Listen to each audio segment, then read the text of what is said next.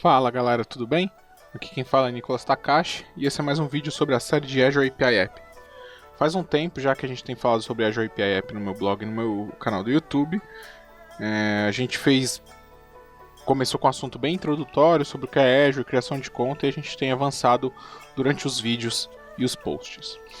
Hoje a gente vai falar um pouquinho sobre métricas com Application Insights, que é um serviço do Azure muito legal para extração de telemetria, para instrumentação de uma aplicação, que fornece uma série de recursos bem bacanas, tá ok? Bom, a agenda de hoje a gente vai ter uma pequena introdução ao Application Insights, tá? Ele não é muito extenso, mas é uma ferramenta muito poderosa. Uma dúvida que sempre é causada nas equipes quando a gente fala de instrumentar a sua aplicação: quais são os tipos de telemetria que o Application Insights me dá, e a gente vai ver uma pequena demo, isso tudo funcionando no Azure, e entender alguns recursos que o Application Insights nos disponibiliza, tá ok? Bom, seguindo. Como eu tinha dito, o Application Insights ele é um serviço de análise que é totalmente extensível e customizável, e ele faz uma análise da nossa aplicação totalmente online. Quando a gente utiliza esse recurso, a gente consegue detectar e diagnosticar, encontrar problemas de desempenho, demora de carga da página, alguns erros que a gente não consegue pegar no ambiente de desenvolvimento, esse tipo de coisa, e entender o que os usuários realmente fazem quando eles estão utilizando a nossa aplicação. Diferente do Google Analytics, o Application Insights é uma ferramenta de métrica voltada para... O Google Analytics ele é uma ferramenta de métrica voltada para a área de negócios. E o Application Insights ele é uma ferramenta voltada para desenvolvedores. Você consegue ter métricas de negócio, mas ele não foi criado pensando nisso. Ele foi criado pensando em nós, desenvolvedores. Tá? Métricas para tomada de decisões no desenvolvimento. Ele possui funcionalidade em um monte de plataforma. Então a gente tem Java, .NET, Node. Eu tenho coisas para mobile falando de Cordova, Xamarin e por aí vai, tá? Eu consigo ter tudo isso de telemetria. Como a gente está falando que ele é um serviço do Azure, então logo eu preciso ter uma conta no Azure para poder utilizar isso, né? E a inscrição dele é totalmente gratuito. O plano gratuito dele atende muito bem, tem um suporte muito amplo, a quantidade de informações que você consegue colher e trabalhar com elas no plano gratuito. Mas se a gente precisar de algo mais robusto, tem alguns planos que são pagos, que você não necessariamente precisa usar eles, só se você realmente, se o seu negócio realmente pedir, mas o plano gratuito ele já atende bem, tá? Agora que a gente entendeu um pouquinho o que é o Azure Application Insights, quando a gente instrumenta a nossa aplicação, né, eu estou colocando uma série de processos por debaixo dos panos da minha aplicação. Então, por exemplo, toda vez que eu estou fazendo um request ou um response, ou qualquer informação que eu esteja trabalhando na minha aplicação, eu estou enviando para o meu serviço de Application Insights que está no Azure. Você fala, Nicolas, eu estou tendo um monte de request e response ali a mais fora os meus, né? Porque imagina que a SSDK basicamente é uma chamada para um serviço REST, onde você envia os dados de telemetria. E você fala, Nicolas, minha aplicação vai ficar sobrecarregada porque eu tenho mais processos acontecendo. E o impacto é muito baixo disso, tá, pessoal? A ideia é, não, a sua aplicação não se torna carregada. O Application Insights ele não é uma carga para sua aplicação, ele não é um problema. O impacto disso é tão baixo que é imperceptível. As chamadas feitas para SDK do Application Insights, elas são totalmente não bloqueantes e totalmente alocadas em threads separadas em formatos de bloco. Então, assim, a gente fez as nossas requisições, é montado um bloco em uma thread separada de chamadas para SDK do Azure, e isso é não bloqueante, então a nossa aplicação ela não sente nada, é imperceptível o uso do Application Insights para a gente, com questão de performance ou lentidão da aplicação. Tá? Quais são os tipos de telemetria que o Application Insights nos fornece? Ela é bem grande, tá? Mas aqui eu listei algumas bem comuns de se utilizar enquanto a gente estiver trabalhando com Application Insights, que é taxas de solicitação HTTP, então eu quero saber o tempo de resposta, eu quero fazer rastreamento de exceção que ocorreu no cliente ou no servidor, eu quero fazer rastreamento de logs, taxa de chamada de requisição AJAX, tempo de resposta dessas requisições, quero saber desempenho de servidor, quero ter métricas de teste de disponibilidade. Essas são as principais métricas que a gente costuma lidar quando estamos trabalhando com Application Insights, por padrão, tá? Bom, de slide, o que a gente tem agora é isso. A gente vai ver um pouco disso implementado naquela API que a gente tem trabalhado e vamos dar uma olhada no portal do Azure para poder entender, tá ok? Bom, tenho isso aqui fechado, tá? Primeira coisa que a gente precisa, deixa eu só arrumar aqui o PPT. O que a gente precisa fazer vamos ver aqui a configuração do Application Insights naquela API. Então essa daqui é aquela API REST que a gente já tem trabalhado desde os primeiros vídeos, tá? O que a gente precisa mostrar? Primeiro ponto, no construtor Startup, onde a gente faz a configuração de environments no ASP.NET Core, eu adicionei aqui uma configuração de Application Insights. Então eu adiciono o pacote do Application Insights e ele me dá essas possibilidades. Se eu vim aqui mostrar para você, project.json, eu tenho aqui Application Insights ASP.NET Core, tá ok? Voltando ao nosso startup.cs, após adicionar esse pacote e dar um restore, .NET Restore, eu vou ter essas configurações. Então, adiciono esse add Application Insights Settings e passo qual modo de desenvolvimento que eu tô. O que foi que eu fiz aqui? Se for desenvolvimento, eu não vou ficar enviando telemetria para o meu servidor lá no Azure, tá? Eu estou em modo de desenvolvimento, estou debugando, estou gerando falha, estou gerando um monte de coisa que não precisa ser analisada, né? Que eu não preciso ter esse tipo de informação. Então eu habilito o Developer Mode aqui, ele vai de acordo com a variável de ambiente que tiver configurada. Então o que foi que eu fiz? Basicamente usei o iHost Environment e dei um isDevelopment, que ele pega a variável de ambiente e sabe se eu estou em desenvolvimento ou não, tá? Segundo ponto, eu venho aqui no Services e adiciono o serviço de telemetria do Application Insights e passo Configuration. Ah, Nicolas, por que você passa Configuration? Se a gente for vir aqui no App Settings, agora eu adicionei essa chave aqui, que é Application Insights Instrumentation Key. Nicolas, o que é Instrumentation Key? Quando a gente cria um serviço do tipo Application Insights no Azure, ele me dá podemos dizer assim, um ID. Então ele está aqui, ó. Esse é o Instrumentation Key. Ele é um guide que representa o serviço, o identificador do serviço no Azure, tá?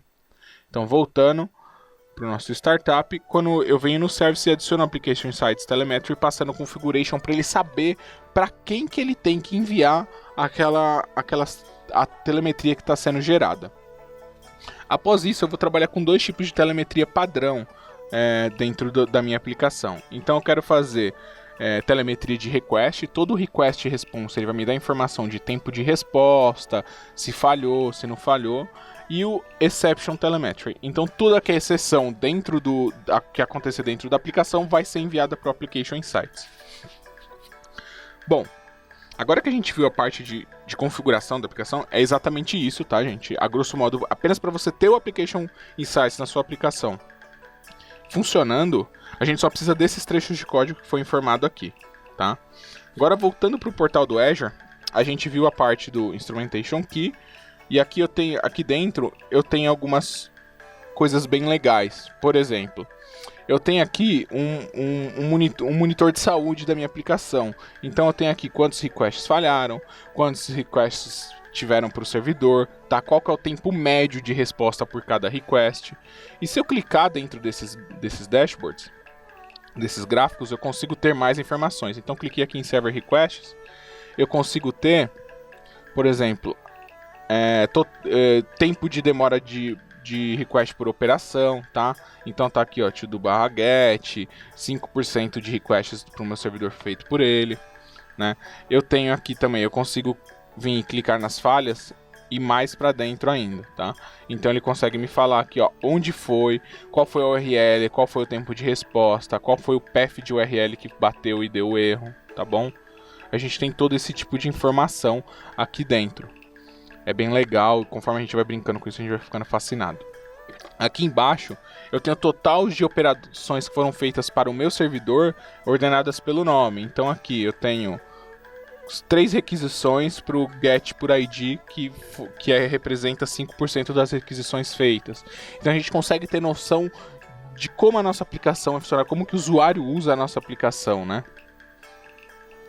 Agora que eu vim aqui, eu vou fechar essa parte, tá?